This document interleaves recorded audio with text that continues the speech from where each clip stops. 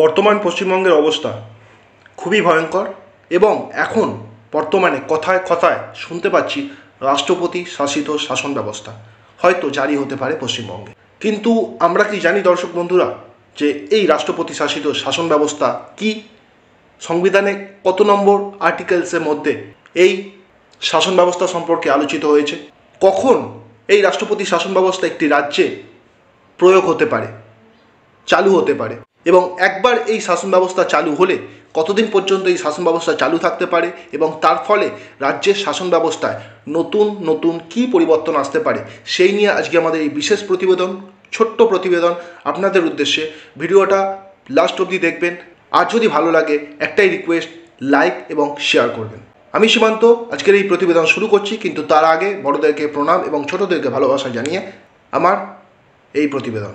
তাহলে বর্তমানে একটি গুরুত্বপূর্ণ প্রশ্ন যে লোকসভা ভোটের আগেই কি পশ্চিমবঙ্গে রাষ্ট্রপতি শাসিত শাসন ব্যবস্থা চালু হচ্ছে? আর যদি একবার চালু হয়ে যায় এই শাসন ব্যবস্থা, তাহলে কিন্তু এখন ছ মাস চলবে।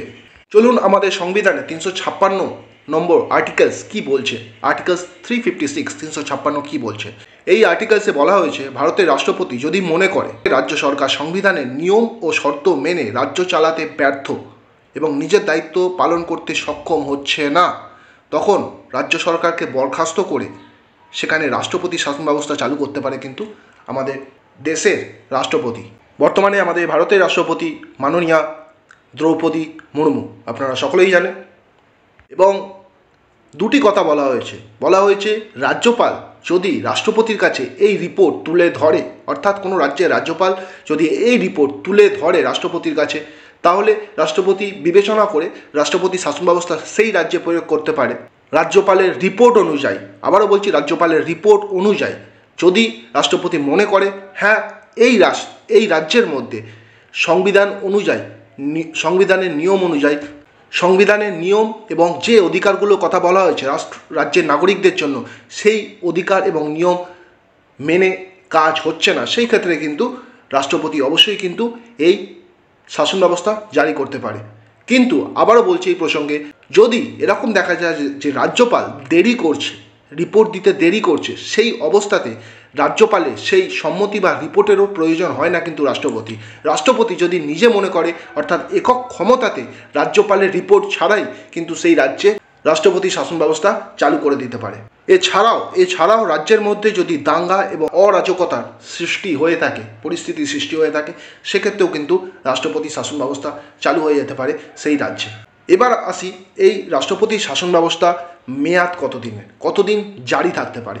সবার প্রথমে রাষ্ট্রপতি শাসন ব্যবস্থা যদি একবার চালু হয় তো তার মেয়াদ কিন্তু 6 মাস, কিন্তু সেই 6 মাসের পূর্বে 2 মাসের মাথায়, জারি হওয়া থেকে 2 মাসের মাথায় লোকসভা এবং রাজ্যসভার মধ্যে সম্মতির জন্য পেশ করা হয়, এবং সেই ক্ষেত্রে যদি লোকসভা এবং রাজ্যসভা দুই সবার থেকেই এর সম্মতি মিলে যায়, সেক্ষেত্রে কিন্তু এটাকে এক্সটেন্ড করে দেওয়া হয়, অর্থাৎ এই শাসন ব্যবস্থাকে 6 মাসের জন্য লাগু করে দেওয়া হয়।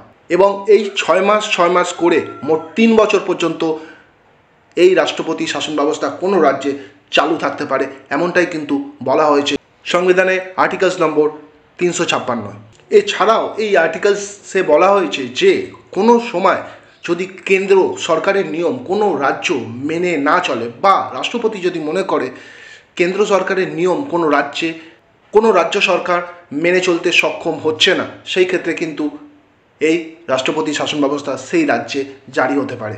এবং সেই ক্ষেত্রে যদি একবার জারি হয়, অবশ্যই আপনাদেরকে বলে রাখবো, সেক্ষেত্রে রাজ্য সরকারের সমস্ত ক্ষমতা কিন্তু চলে যায় রাজ্য সরকারের হাত থেকে রাষ্ট্রপতির হাতে, এবং সেই রাজ্যের সমস্ত শাসনভারের দায়িত্ব চলে যাচ্ছে কিন্তু রাষ্ট্রপতির ওপর, এবং সেক্ষেত্রে রাজ্য সরকারের ভূমিকা হয়ে যাবে কিন্তু পুরোপুরি নীরব।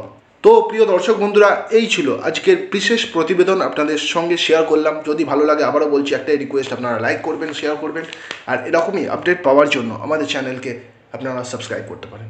নমস্কার।